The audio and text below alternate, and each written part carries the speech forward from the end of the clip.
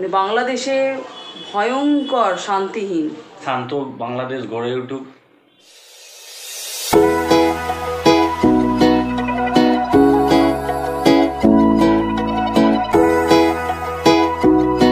Hello friends, welcome back to my channel day life with Namita.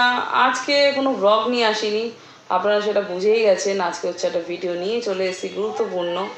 এখন মানে যেটা এখন সবসময় সমস্ত জায়গায় শুধু চলছে, এই আলোচনা চলছে সমস্ত জায়গায়। কি হচ্ছে বাংলাদেশে, কেন হচ্ছে, কি কারণ, মানে এই সব চলছে এখন। এই নিয়েই এসছি। আমার যা মানে কি বলবো বলুন তো, কোথা থেকে শুরু করব, কোথা থেকে শেষ করব নিজেই বুঝতে পারছি না। ভয়াবহ এই যে ঘটনা ঘটছে, চলছে, এখনও চলছে, থামেইনি। দেখলে না গা পা গরম হয়ে যায়, ভয়ও লাগে। খুব খারাপ পরিস্থিতি চলছে। মানে যেখানে হয় সেখানে তারাই বোঝে যে কী পরিস্থিতি তাদেরকে ফেস করতে হয়। তা চলুন, আজকে এই নিয়েই এসছি, কিছু আমার শেয়ার করার জন্য, আমার কথা আমার। তা চলুন দেখতে থাকুন। আজকে শুরু তো করে দিলাম ভিডিওটা। কি বলবো ফ্রেন্ডস, বেশ কদিন ধরে দেখছি টিভিতে, মোবাইলে। আপনারা সবাই জানেন, আপনারা তো আমার থাম্বনেল দেখেই বুঝে গেছেন আজকে কি ব্যাপার নিয়ে কথা বলতে এসেছি। খুবই দুঃখজনক ব্যাপার, খারাপ লাগে, খুবই খারাপ। যেখানে যাদের সাথে হচ্ছে সেখানে তারাই জানে কি ব্যাপার হচ্ছে, কি সমস্যায় তারা আছে।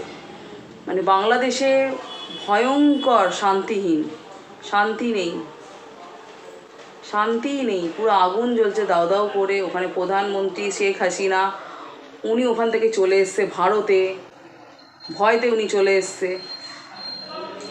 কি অবস্থা! আমার বাংলাদেশের যত ফ্রেন্ড আছে আমি সবাইকে বলবো আপনারা সাবধানে থাকুন, খুব সাবধানে থাকুন। আর ঝটপট করে যেন বাংলাদেশে যেন আবার সব শান্তি চলে আসে। এই বিপজ্জনক যে অবস্থা এখন চলছে যেন আস্তে আস্তে সব ঠিক হয়ে যায়, ভালো হয়ে যায়। এটাই আমি প্রার্থনা করবো ঠাকুরের কাছে। আপনারা সবাই সেফ থাকুন। যেখানে হয় যেরকম, সেখানে কি হয়, কি অবস্থা হয়, কীরকম মহল হয়, সেই জায়গা তখন তারাই সেটা ফিল করতে পারে।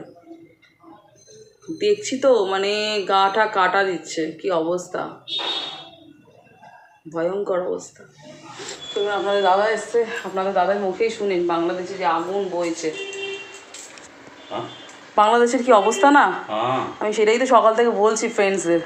বাংলাদেশের এখন যা রাজনৈতিক অস্থিরতা, তাড়াতাড়ি শান্তি ফিরবে না, কিন্তু উচিত তাড়াতাড়ি শান্তি ফিরে আসুক। স্কুল কলেজ খুলবে, ব্যবসা বাণিজ্য শুরু হবে। হঠাৎ করে ঘটে গেল, যদিও সেটা ওই দেশের ব্যাপার, আমাদের তো বলা উচিত না, বাংলাদেশের নিজস্ব ব্যাপার। কিন্তু সাধারণ মানুষের মৃত্যু, এত রক্ত, এত হানাহানি হলো, খারাপ লাগে। ওটাই তো আমাদের খারাপ লাগে না, ওর জন্য তো আমরা কিছু বলতে পারি, আমরা তো ভালোটাই বলতে পারবো, আর তো বেশি কিছু তো আমরা গভীরে তো কিছু বলতে পারবো না। ওটাই তো বিশাল খারাপ। এই যে এত মানুষের মৃত্যু হলো, এটা খুবই মানে বেদনাদায়ক। দেখা যাচ্ছে না, দেখা যাচ্ছে না, দেখা যাচ্ছে মানে যে কোথা থেকে কি ঘটে গেল, এরকম এত মানুষের মৃত্যু হলো। মানে অনেকে তো বুঝতেই পারলো না যে কি ঘটলো, কি কারণে ঘটলো। যাটা ঘটেছে ওদের দেশের ব্যাপার, যাই হোক, ওটা তো আমরা তো যাই না এখানে বসে রাজনৈতিক মিটে শান্ত বাংলাদেশ গড়ে উঠুক।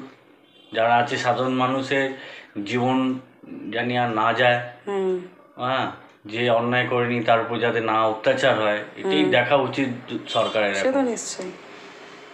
এই হচ্ছে, কি আর বলবো, আর কি বলবো। চলো শুয়ে পড়ো তুমি। মানে খুবই, যা শুনলেন আপনার দাদার মুখে, প্লাস আমিও তো সকালে বললাম আপনাদের, খুবই খারাপ, খুব খারাপ লাগে। যে দেশে যখন এরকম ব্যাপার হয় না, কোনো এরকম আগুন জ্বলে যখন হয়, এরকম কোনো যখন টিভিতে দেখি, আমরা ফোনে দেখি, তখন খুবই খারাপ, আমরা খুব খারাপ ফিলটা করি। তা যাই হোক ফ্রেন্ডস, তা আজকে ব্লগটা এখানেই এন্ড করছি, এই নিয়েই এন্ড করলাম। তা সবাই ভালো থাকুন, সাবধানে থাকুন, খুব সেফ থাকুন।